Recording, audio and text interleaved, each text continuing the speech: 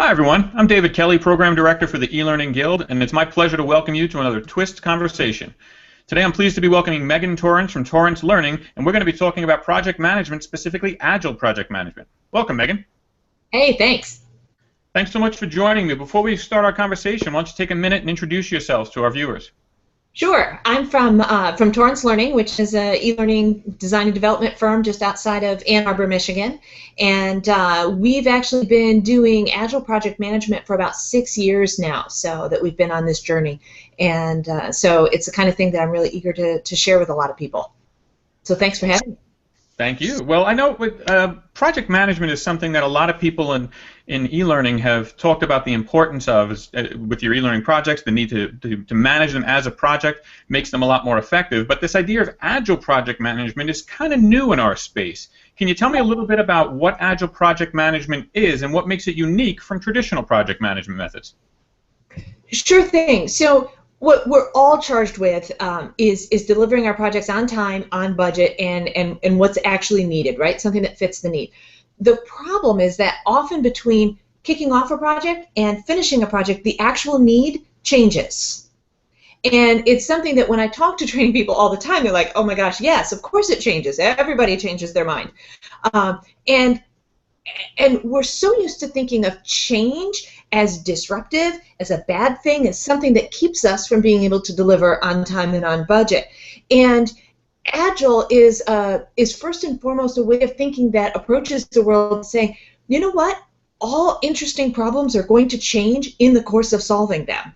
And so we need to be able to expect and accept that change into the project, and we need a non-disruptive way to be able to do that. So Agile is an incredibly high-touch method of project management. One of its most obvious hallmarks is an iterative development or a successive approximation model where you are constantly producing a deliverable, putting it out into the world, finding out how it works, and then fixing it and tweaking it and making it better. And you keep doing that until you run out of time or money or things worth changing.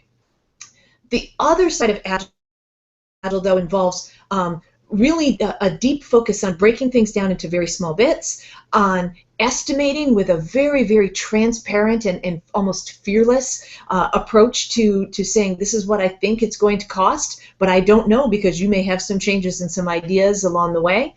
And then a way of treating team members and respecting team members for their contribution along the way. So it's the kind of thing that really resonates with a lot of people, and it's getting a lot of traction, which is fun.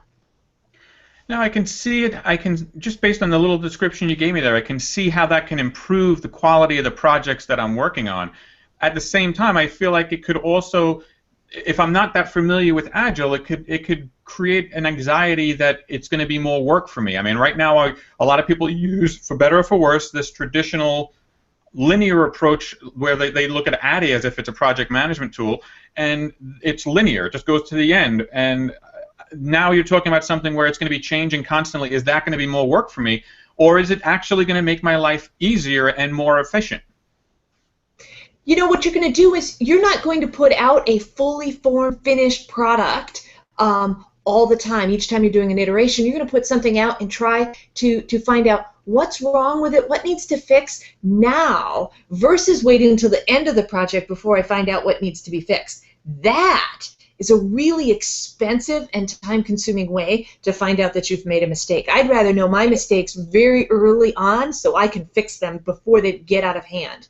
So Agile project management does require a lot more communication with business owners, a lot more communication with subject matter experts all throughout the process, and that gets a little bit tricky. It's not just a project management method, but it's an approach, and it's even a culture for how do we get things done.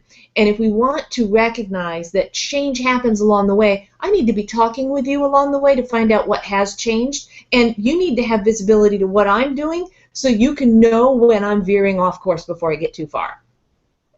So you mentioned the importance of the communication in there, and how the culture is so it's such an important factor to play in making an Agile project management approach effective.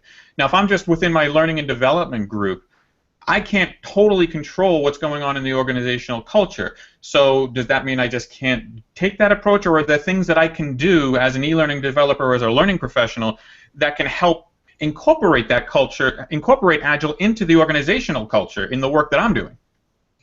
There are definitely things you can do, and each organization is different. So how you implement Agile will be will vary. I'll tell you, when we first started, some of our clients were not into this at all.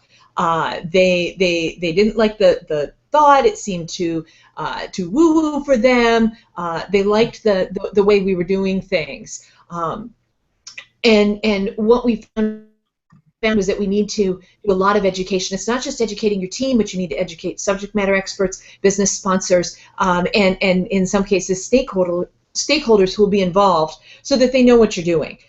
What we do is share a number of tools, or use a number of tools, some of which have nothing to do with Agile, or some of which can help any project in anything that you're doing. So, for example, our approach to estimating, in some respects, can be used on any project, no matter what you're doing. Our approaches to, we're huge fans of Kathy Moore's action mapping, and that has nothing to do with project management. It has everything to do with fabulous instructional design. So there are things that that we do that can be used without an Agile approach. But over time, doing it well, doing it effectively, and getting better results starts making a positive spin on that flywheel for you, and you can start that in the organization. Excellent. And I know at Learning Solutions this March, you're going to be doing a workshop that takes a deeper dive into the topic of Agile project management and helps people really understand it and make it actionable within their own organizations so they can use it on their own projects, and also help embed that idea and that way of thinking within their organizations. So if I'm going to be going to Learning Solutions this March and attending your workshop, can you give me an idea of what my experience is going to be like? What am I going to be doing throughout the day? Sure thing. So we start the day with building the business case for change, the why would you do anything different. Typically, people who are coming to the workshop know that they want to do something different, but they are also going to have to communicate back to their organization. So we start planting those for organizational change, and then we start, by the end of the morning, we are working on how we kick off a project and set it up for success in an Agile environment. And we're often using, where we can, we're using examples that people are bringing in from their own work life to use in the classroom, so that what they're doing is starting the process of bringing this back home with them. Our afternoon is spent on some of the really critical nuts and bolts things of estimating the work, planning the work, and planning for iterations. So those three pieces are really where the rubber hits the road from a project management perspective. We share the tools that my team uses, and some of the planning boards, and we have lots and lots of photographs and samples of people's planning boards from all sorts of places. And then we end the day with, how do I start to implement this in my own culture? What pieces can I do now? Do I need to do the whole shebang? Do I need to just focus on something little? So we walk out of the room with an action plan for implementing this in their own lives. Oh, and everybody also walks out of a room with a copy of our quick guide for Agile Project Management for Learning. So it gives somebody something very tangible they can leave with for the day. So you flashed the book for a second there, and I don't think you've used the term in our conversation. I saw LAMA on the front of the book. Yes. So about 6 years ago, we started using Agile Project Management in our business, and we were adopting what the software guys use for Agile Project Management.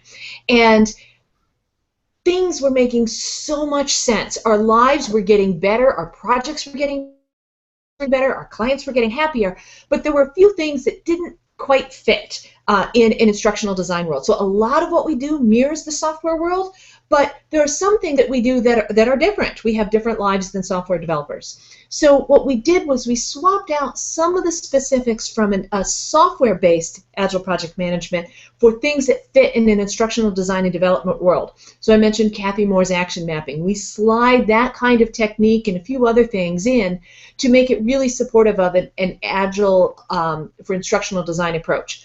And we were sitting around, and this is the funny story, we were sitting around and we say, well, are we doing Agile anymore if we've changed it this much? And somebody in the room, and I'm not kidding, said, well, it's a lot like Agile. So somebody goes, la? And then some joker on the other side of the room says, ma? And so we call it LAMA. It's the lot like Agile management approach. And that gives us the opportunity to have, I don't know if you can see here, our spiffy little our spiffy little llama with a cape. And he's the superhero of project management. Excellent. I like the fact that that's a lot of good information, because it helps people understand that you've customized the traditional Agile approach for the world of instructional design and e-learning, which is great. It really, it's something that really makes sense for us. It gives us a lot of traction, and I know there are I know there are training people who've implemented the software version of Agile, and they're making it work. But as I talk to them about some of the things that we're doing, you get these reactions. So the tweaks that we've made are really, they're effective for my team, and they're so effective for my team that I love to share them, because we should all be doing a better job. Excellent. I know you've done a workshop like this for us in the past. We've got great reviews on it, so we're really thrilled to be bringing it back to Learning Solutions for a broader audience and helping more people take advantage of this new approach of project managing their e-learning projects. I'm very psyched for it. I love the Learning Solutions Conference and just that whole vibe, so this is a good fit. Excellent. Well, if you want to learn more about the workshop that Megan is talking about, or about Agile project management in general, visit our website, learningsolutions15.com. The Learning Solutions Conference and Expo takes place March 25th through 27th in Orlando, Florida, and it's co-located with our Ecosystem 2015 conference. Again, you can learn more about it at learningsolutions15.com. Registration is currently open, so visit the website today. Megan, I want to thank you so much for spending some time today talking about Agile project management. Always nice to talk to you, David. All right, we will see you soon. We will see you next time online or in Learning Solutions this March. Thanks for watching, everybody.